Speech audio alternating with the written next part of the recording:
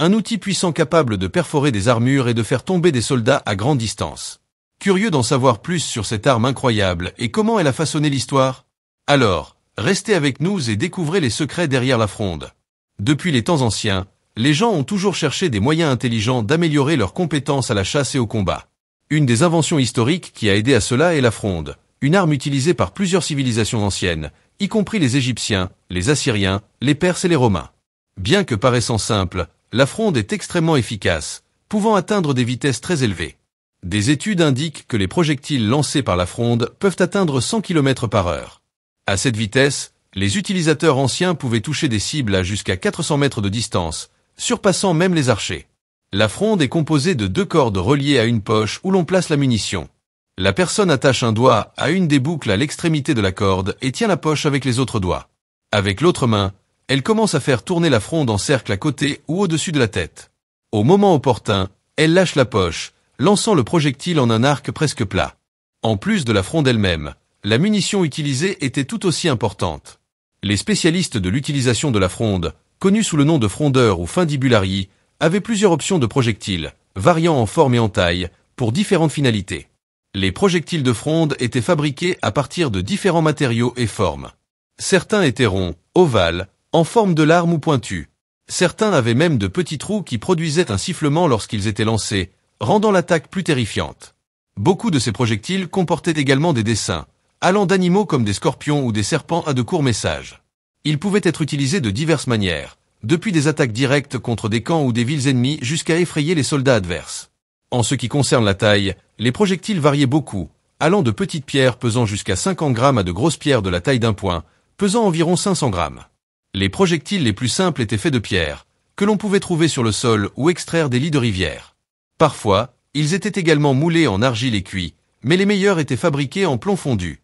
Ces projectiles en plomb étaient petits et lourds, excellents pour voler loin et avec précision. Le plomb était facile à trouver car il était produit lorsque les gens exploitaient l'argent. Des études pratiques ont montré la véritable puissance de la fronde. L'impact d'une balle en plomb lancée par celle-ci était presque aussi fort que celui d'un revolver Magnum de calibre 44. Les balles de fronde pouvaient atteindre des cibles à une distance allant jusqu'à 120 mètres, coïncidant avec les positions des légions romaines et des guerriers celtes en bataille. Les frondeurs jouaient un rôle essentiel dans les batailles anciennes, faisant généralement partie de l'infanterie aux côtés des archers et des lanciers. Pendant les batailles, ils avançaient derrière les lignes principales des soldats, utilisant des couloirs entre eux pour lancer leurs projectiles sur les ennemis.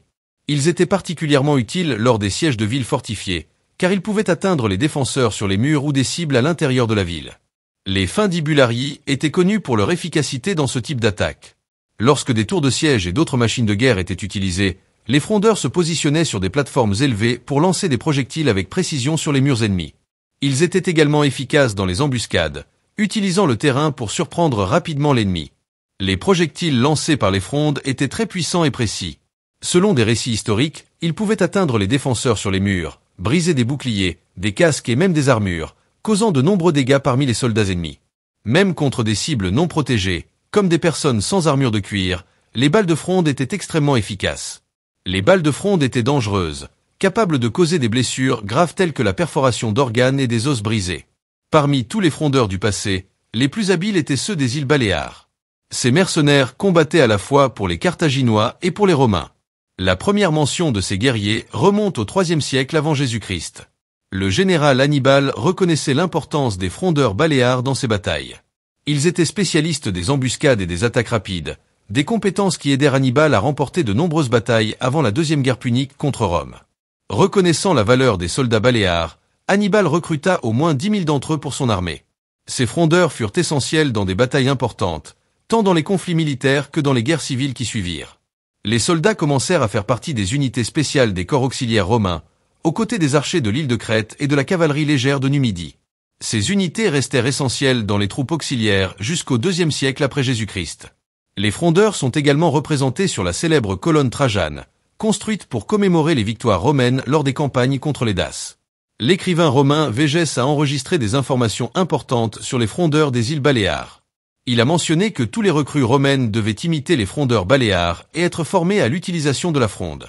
Végès a écrit sur la formation donnée aux enfants des îles Baléares, qui ne pouvaient pas manger avant d'avoir appris à atteindre une cible avec une fronde. Il a souligné l'efficacité de la fronde en combat, même contre des soldats en armure. Les pierres arrondies lancées par les frondes étaient plus dangereuses que les flèches des ennemis. Végès soutenait que tous les soldats, sans exception, devaient recevoir une formation à l'utilisation de la fronde, en particulier pour les combats sur des terrains rocheux et montagneux, ainsi que pour les attaques de châteaux et de villes. Ainsi, bien qu'elle soit souvent moins valorisée par rapport à d'autres armes anciennes comme les épées ou les arcs, la fronde jouait un rôle crucial sur le champ de bataille. La fronde fut essentielle dans des batailles marquantes de l'histoire, devenant l'une des principales armes des civilisations anciennes. Si vous avez apprécié apprendre à ce sujet, laissez un like sur cette vidéo et abonnez-vous à notre chaîne. À bientôt dans la prochaine vidéo.